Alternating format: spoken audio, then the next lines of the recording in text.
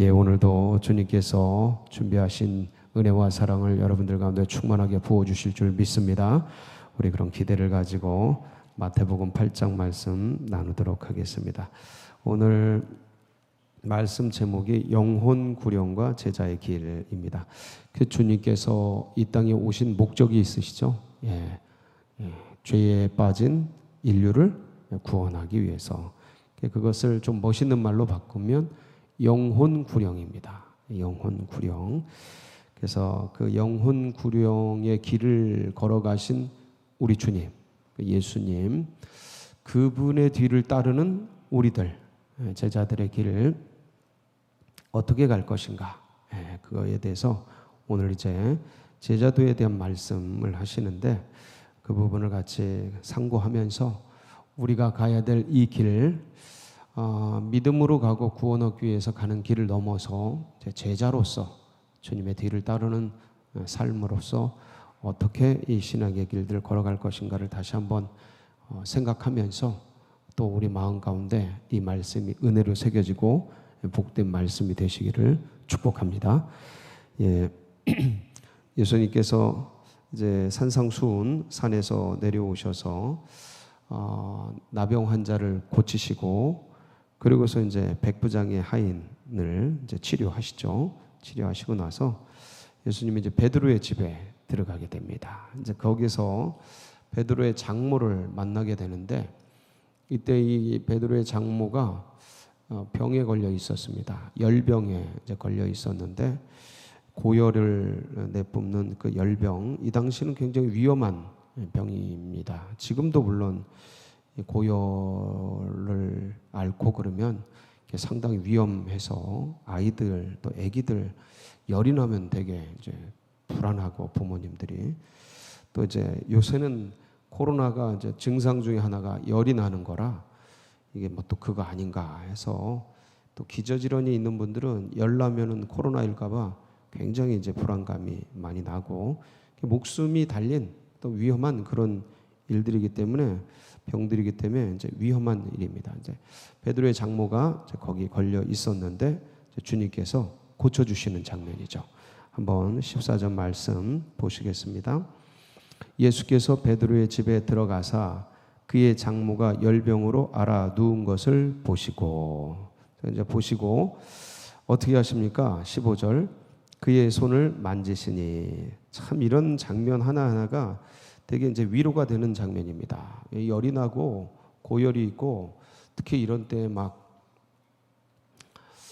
뭐 열이 난다 그러면 가까이 가기가 힘든 그런 상황 아닙니까? 그러니까 우리들의 상황을 생각해서 주님의 일들을 생각하면, 주님이 우리를 찾아오시고 나를 만나주시고 고쳐주신 일이 내 사건이 되고, 그게 고마움이 되고, 이게 이렇게 문자로 기록해 돼 있고, 뭐라 그럴까, 좀 어떤 객관적인 글이었다가 이게 이제 내 사건, 레마의 음성, 나를 향해 이 장모가 내가 되는 거죠. 나를 찾아오셔서 나를 만져주시고, 이분은 열병이지만 우린 죄의 병에 걸린 사람들 아닙니까? 찾아오셔서 여러분, 이렇게 더러운 병에 걸리고 위험한 병에 걸린 사람 만져준다. 이게 대단한 일입니다. 그래서 이렇게 오셔서 만져준다. 특히 이렇게 비대면화되고 비접촉화된 이 사회 속에서 이런 것들이 얼마나 위로가 되고 힘이 되는지, 안 만지셔도 되거든요. 그냥 말로만 해도 되거든요. 근데 이렇게 오셔서, 어제 요르단 선교사님도 그 말씀하셨는데, 오셔서 찾아오시고 또 이렇게 만져주시고 위로의 말씀을 해주시고, 참 이게 따뜻한 거예요. 그래서 우리도 이런 일을 해야 되는 이유가 있는 것이죠. 주님이 나에게 먼저 그래 주셨기 때문에. 어떻게 하셨어요? 손을 만지시니. 그러니까 어떻게 돼요? 열병이 떠나가고, 찾아오시고 만져주시고, 뭐 이렇게 눈에 진흙으로 발라주시고, 뭐 나병 환자를 손을 만져주시고, 이런 게 주님의 사랑입니다. 사랑이고 은혜죠. 그래서 그 주님의 사랑과 능력이 그 영혼에게 터치될 때, 심령에게 만져질 때 회복이 일어나는 거죠. 그래서 열병이 떠나가게 됩니다. 기적이죠. 그래서 이 기적은 항상 그 안에 사랑이 동반되어 있습니다. 보면 그 영혼을 향한 긍휼과 애정과 사랑, 헤세드죠. 헤세드. 주님의 무한한 아가페적 사랑. 그것이 이제 치유의 근원인데 이 열병이 떠나가게 됩니다. 떠나가게 되니까 여인이 일어나서 예수께 뭐 해요? 수종 들게 됩니다. 옆에서 시중 들게 되죠. 그래서 사랑을 주님의 사랑을 경험하고 주님의 구원을 경험하고 주님의 치유를 경험한 분들은 주님을 따르게 되죠. 주님을 따르게 됩니다. 자, 이렇게 베드로의 장모님을 고쳐주신 주님의 소문이 또 주위에 쫙 흘러가게 돼요. 그러니까 이제 수많은 사람들이 인생은 수많은 질병과 각종 고난과 어려움에 쌓여 있는 삶이 아니겠습니까? 수많은 사람들이 찾아옵니다. 15절. 저물매 사람들이 귀신 들린 자를 많이 데리고 예수께 오거늘. 참 이 귀신 들린 자들을 이렇게 경험하고 만나보면 이 한 사람, 귀신 들린 한 사람을 치유하고 위해서 기도하고 이들을 상대하고 하는 게 이 진이 빠집니다. 진이 빠져요. 그래서 정상적인 사람도 이렇게 상담하고 나누는 게 참 에너지가 많이 들어갑니다. 그래서 우리가 사람 만나는 게 쉬운 건 아닙니다. 저도 이제 사람 만나는 걸 좋아하고 거기서 에너지를 얻는 사람임에도 불구하고 이게 어느 때는 사람을 만나는 게 왜냐면 또 만나는 일 외에 다른 주어진 일들을 해야 되니까 그러다 보면 사람 만나는 게 어느 때는 에너지를 써야 돼요. 에너지를 얻는 게 아니고 에너지를 써야 돼요. 그럼 이게 힘이 든다는 소리거든요. 이게 그런 일들인데 정상적인 사람도 그래요. 근데 조금 이렇게 뭐 좀 고민이 있고 어려움이 있고 힘든 문제가 있는 사람 같이 만나서 그 문제를 상담하는 거 이거 에너지 굉장히 많이 들어갑니다. 그래서 상담사들이 보통 마음을 관리해 가지고는 이게 쉽지가 않아요. 그래서 상담하고 나누는 것 자체가 이 문제를 어떻게 풀어줄까 또 에너지를 마음을 쓰고 힘을 쓰다 보면 힘이 든데 귀신 들린 자는 이런 거하고는 급이 달라요. 그래서 귀신 들린 자들은 무슨 일이 벌어질지를 몰라요. 정신적으로 이상이 있는 사람은 초긴장을 합니다. 뭐 믿음이 있건 없건 그 귀신 들리고 정신 이상자를 딱 대면하는 순간 눈빛이 이상하거든요. 행동이 이상해요. 꺾이는 게 이상해요. 눈 돌아가는 게 이상합니다. 그럼 바로 위협을 느껴요. 영이 영을 한다고 그냥 즉시 느낍니다. 머리가 쭈삣쭈삣 서요. 왜냐면 얘가 칼을 들고 찍을지 주먹을 들고 휘두를지 무슨 짓을 할지 몰라요. 그러니까 이게 겁이 납니다. 겁이 나요. 그래서 예수님 믿는데도 겁나요. 겁난다니까요. 근데 그걸 다스리는 거죠. 감정을 다스려내야 돼요.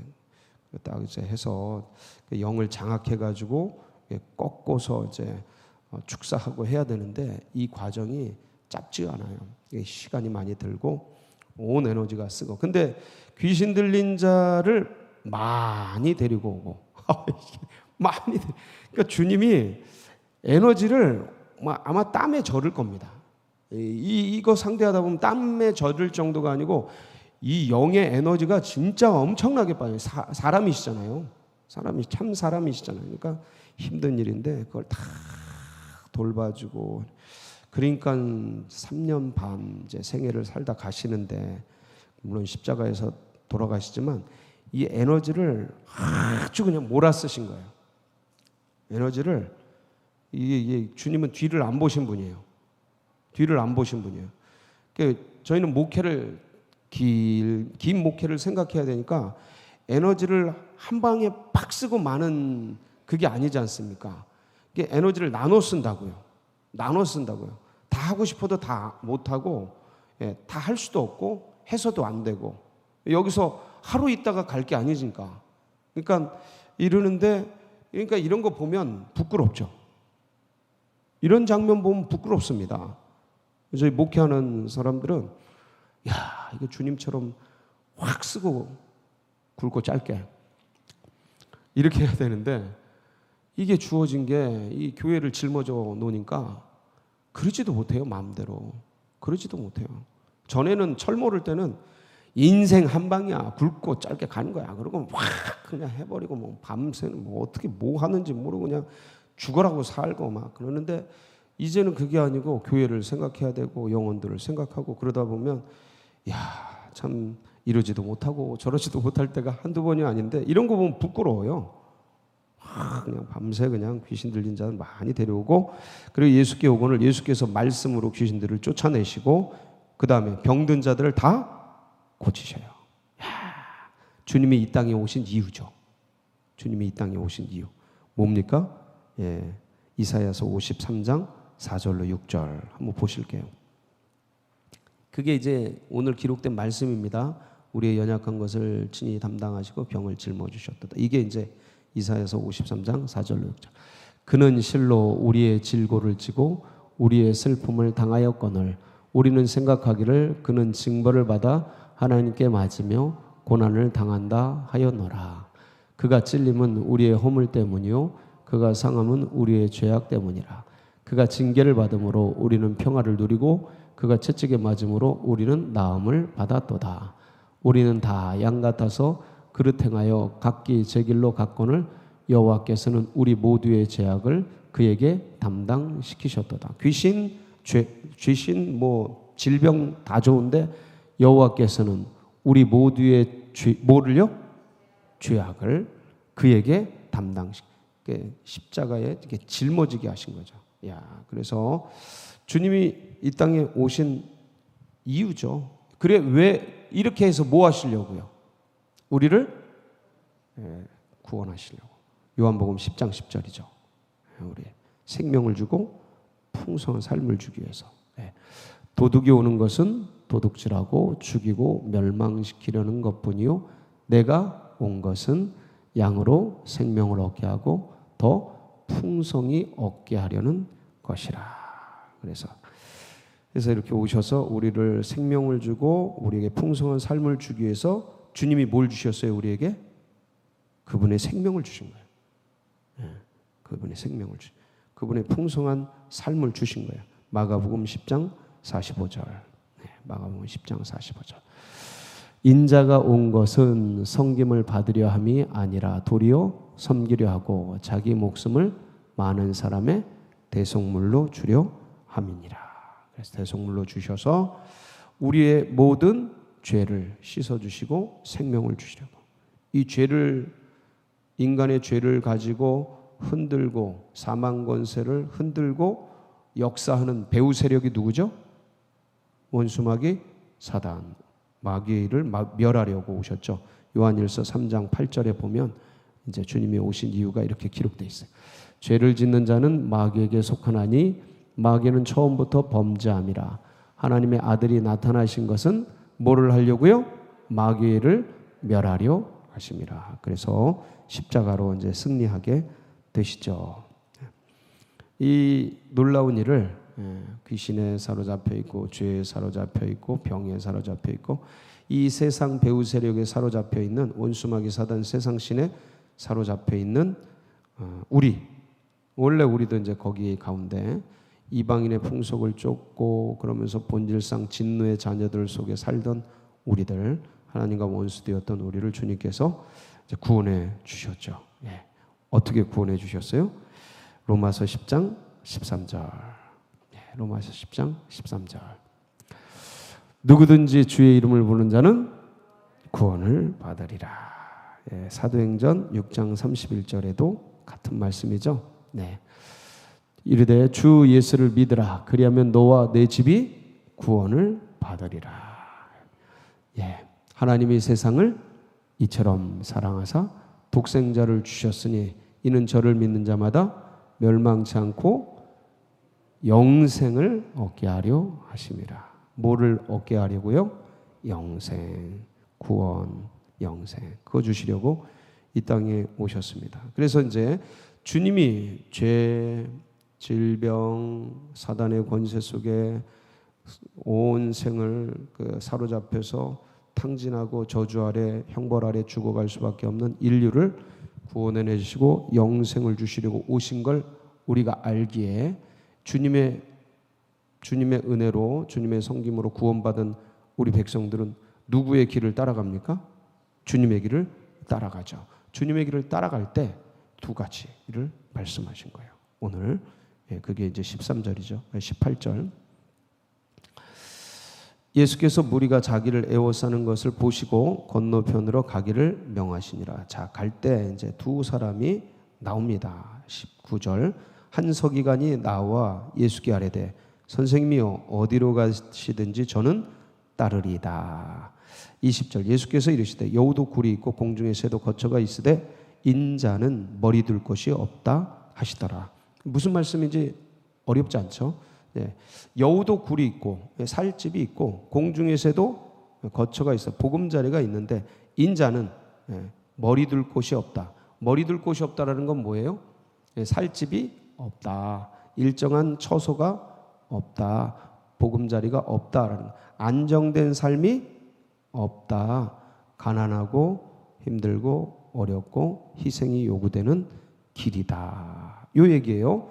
그러니까 너 그거 각오했니? 이거 묻는 겁니다. 서기관은 누굽니까? 바리새인 서기관들은 예수님을 반대했던 대표적인 무리들이에요. 그러니까 유대의 랍비들이죠. 유대 구약의 성경을 가슴에 품고 모세 율법을 따르는 그런 사람입니다. 근데 이 서기관이 어느 날 예수님을 만나고 은혜를 받은 거예요. 주님으로 안 부르고 선생님으로 부르는 거로 봐서 아주 귀하게 가르침과 이거에 감화를 받은 거예요. 영혼의 변화라기보단 마음의 감화를 받은 거죠. 그러고서 이제 주님을 따르고 싶은 마음이 든 겁니다. 그래서 주님 어디로 가시든지 저는 따르리이다. 이거 누가 말했던 것 같아요? 제자 중에? 베드로 기억나십니까? 저는 죽어도 주님을 따르겠습니다. 그러다가 3번 저주하고 맹세하고 부인까지 하죠. 그러니까 이 서기관이 예수님을 향해 그런 고백을 한 거. 어디로 가시든지 저는 따르겠습니다. 인간적인 이런 생각들. 근데 주님을 따를 때 치러야 될 대가들이 얼마나 많은지를 주님이 말씀하고 있는데 왜 서기관에게 이런 말씀을 했냐면 서기관은 유대의 랍비의 핵심이에요. 그 사람이 예수를 따르는 건 개종을 의미해요. 어제 요르단 선교사님이 여기서 무슬림 한 사람이 변화되는데 얼마나 많은 희생이 따르는지를 얘기를 해주셨어요. 선교 보고를. 그러니까 고등학생 아이가 예수를 알고 예수님을 믿으며 가는데 부모에게도 알리지 못하고 가족에게도 알리지 못하고 누구에게도 알리지 못하고 왜? 알려지면 죽을 수 있으니까. 명예살인 당할 수 있으니까. 이슬람 사람들도 무슬림도 강력한데 유대인은 더 세요. 자고로 옛날부터 유대인은 더 셉니다. 그거 각오해야 된다는 거예요. 그렇게 낭만적인 길이 아니라는 거예요. 예수님을 따르는 길이 너 그거 계산해 봤니? 치를 대가를 생각해 봤니? 그러니까 참 믿음의 길이라는 게 되게 행복의 길이고 구원의 길이고 영생의 길인데 근데 주님을 따르는 건 또 다른 문제예요. 믿고 마는 거는 내 행복이고 내 구원이죠. 근데 주님을 따라간다. 이거는 쉬운 길이 아니에요. 그거 계산해 봤니 이거예요. 나를 따르는 길은 네 자신을 부정해야 되는 길이에요. 네가 구축한 삶을 거절해야 되는 거예요. 네 주변에 너의 부인, 너의 자식, 너의 부모, 너의 일가 친지들, 유대교를 따르는 그들, 그 가문, 그 민족이 믿고 있는 그것을 반대로 가야 되는 그 길이. 그 계산해 봤니? 그 계산하고 따라와. 각오하고 따라와요. 여러분은 좀 어떠세요? 주님 믿는 건 쉽습니다. 믿는 건 쉬워요. 왜냐면 영접하면 되니까. 따라가는 건 어렵습니다. 치러야 될 뭐가 있어요? 대가가 있기 때문에. 믿는 건 받아들이는 거니까 받아들이면 되죠. 뭐. 자, 그런데 주님이 가신 길을 내 삶을 따라간다. 내 인식과 가치를 따라간다. 뭐 영혼 사랑, 영혼 구령, 아이고 옆에 있는 남편, 부인, 자녀 하나 사랑하고 섬기기가 실제적으로 어때요? 다 아시면서 그래요. 그 버겁습니다. 아주 피부치고 사랑해서 내가 낳고 내가 결혼하고 내가 같이 있는 혈통인데 그거 하나 받아내기가 쉽지가 않은데 왼수들 사랑하라고요. 예? 나하고 전혀 다른 사고의 사람들 그 품으라고요. 주님이 그래서 우리를 품어주신 건데 이게 기적이죠. 우리도 그거 하라는데 그냥 멀리 있을 때가 낫습니다. 멀리 있을 때가 서로 이렇게 불가금 불가원 멀지가 않지 두고 그냥 서로가 너도 나를 잘 모르고 나도 너를 잘 모를 때가 좋아요. 알면 알수록 가까이 가면 갈수록 뭐 얼굴에 낀 거 못 낀 거 뭐에 문제 뭐 어둠 투성이 뭐 얼룩 별것 다 보이고 이제 속 사람이 다 보이면 그 인생의 고민과 아픔과 그거 다 듣고 쉽지가 않아요. 예, 그걸 받아내고 품어내고 간다라는 게 만만치가 않습니다. 뭐 우리 주변에 뭐 북한 공산당이 있고 누가 있고 이게 아니잖아요. 그냥 한 사람 품어내는 게 어려워. 그래서 셀 리더들 위에서 기도해 줘야 되는 거예요. 예, 셀 영혼을 품고 셀들이 이게 모여서 셀이 잘 되도록 기도해 줘야 되는 게 이게 영적 싸움이기 때문에 그래요. 이게 그냥 모여서 그냥 세상 돌아가는 일 나누고 그러고 말면 아무 문제가 없어요. 재밌죠. 근데 이제 영적인 일을 나누고 은혜를 나누고 기도 제목을 나누고 삶을 나누니까 속에 있는 아픔이 나오니까 이게 잘 보호되고 함께 영으로 받고 기도해야 되는 거기 때문에 영적인 일이거든요. 그 영적인 일을 할 땐 이 영이 배후 세력이 항상 방해를 하려고 그래요. 기도해 줘야 돼요. 기도. 그래서 이 품어내고 받아내는 게 만만치 않기 때문에 너를 부정할 수 있냐? 그 사람 A를 받아내려면 네가 바뀌어야 되는데 네가 바뀔 수 있냐? 너를 부정할 수 있냐? 주님이 너를 품듯이 너도 그 영혼을 품을 수 있느냐? 그게 희생이에요. 그게 고난입니다. 물론 못 먹고 이렇게 반대하는 사람들 뚫고 그거 지금 분위기 안 좋은데 뭔가 해야 되고 믿음의 길을 가야 되고 예수를 전하는 증인의 삶을 살아야 되고 이거 다 얘기가 되는 거 어렵잖아요. 근데 이 모든 것이 구체화되고 실제화되는 게 뭐냐면 영혼을 품는 거예요. 마지막은 딴 게 아니에요. 자기 부정, 십자가의 길, 고난, 희생 그게 뭐냐? 우리 환경에서 이 대한민국 환경에서 딴 게 아니다. 영혼을 품는 게 만만치 않은데 그거 다 계산 한번 해봐라 요 얘기입니다. 그래서 주님을 따르는 길이 치러야 될 희생과 대가. 그런데 여러분 주님을 위해 헌신하는 이 길을 우리가 지금 왔잖아요. 여기까지 이 시간 새벽을 깨우고 하고 이게 왔는데 돌아보세요. 주님을 위해 했던 게 누구를 위해 한 것 같아요? 여러분 저 진짜 술 담배 진짜 잘 먹을 수 있는 사람이었습니다. 여러분도 그렇죠? 근데 주님을 위해 안 한다고 생각했어요. 와봤더니 누구를 위한 길이었어요? 내가 제일 좋아요. 지금 생각하면. 그때 그런 거 안 한 거. 그때 화난다고 애들하고 술 먹고 애들하고 뒹굴고 그러지 않고 그냥 새벽 전에 가서 기도하고 주님 억울한 거 고통스러운 거 주님께 기도로 쏟아내고 그 주님이 한다고 했거든요. 주님 제가 주님 때문에 참아요 그러면서 하는데 결국 누구예요 그게? 돌아보세요. 참 나를 위한 길이에요. 그래, 나를 위한 길. 그 참 주님을 따르는 길이 그런 희생과 그런 고난과 아픔인 것 같은데 그게 결국 내게 제일 유익하더라. 근데 그게 안 보입니다. 처음에는. 그래서 그 계산을 해야 된다. 자, 두 번째. 아버지를 먼저 장사하게 하옵소서. 그 다음에 쫓겠습니다. 근데 아니다. 그들은 죽은 자들이 장사하게 하고 너는 나를 따르라. 이건 뭡니까? 주님을 따를 때 우선순위. 여러분, 부모가 돌아가시는 거, 부모 장사 지내는 거는 인륜지 대사입니다. 예, 가장 우선적인 거예요. 근데 죽은 사람이 죽은 사람을 장사하게 하고 너는 나를 따르라. 주님을 따를 때에 가장 긴급한 우선순위는 뭐냐? 윤리적, 도덕적, 세상적 그런 일들도 중요하지만 하나님 나라의 일이 중요하다.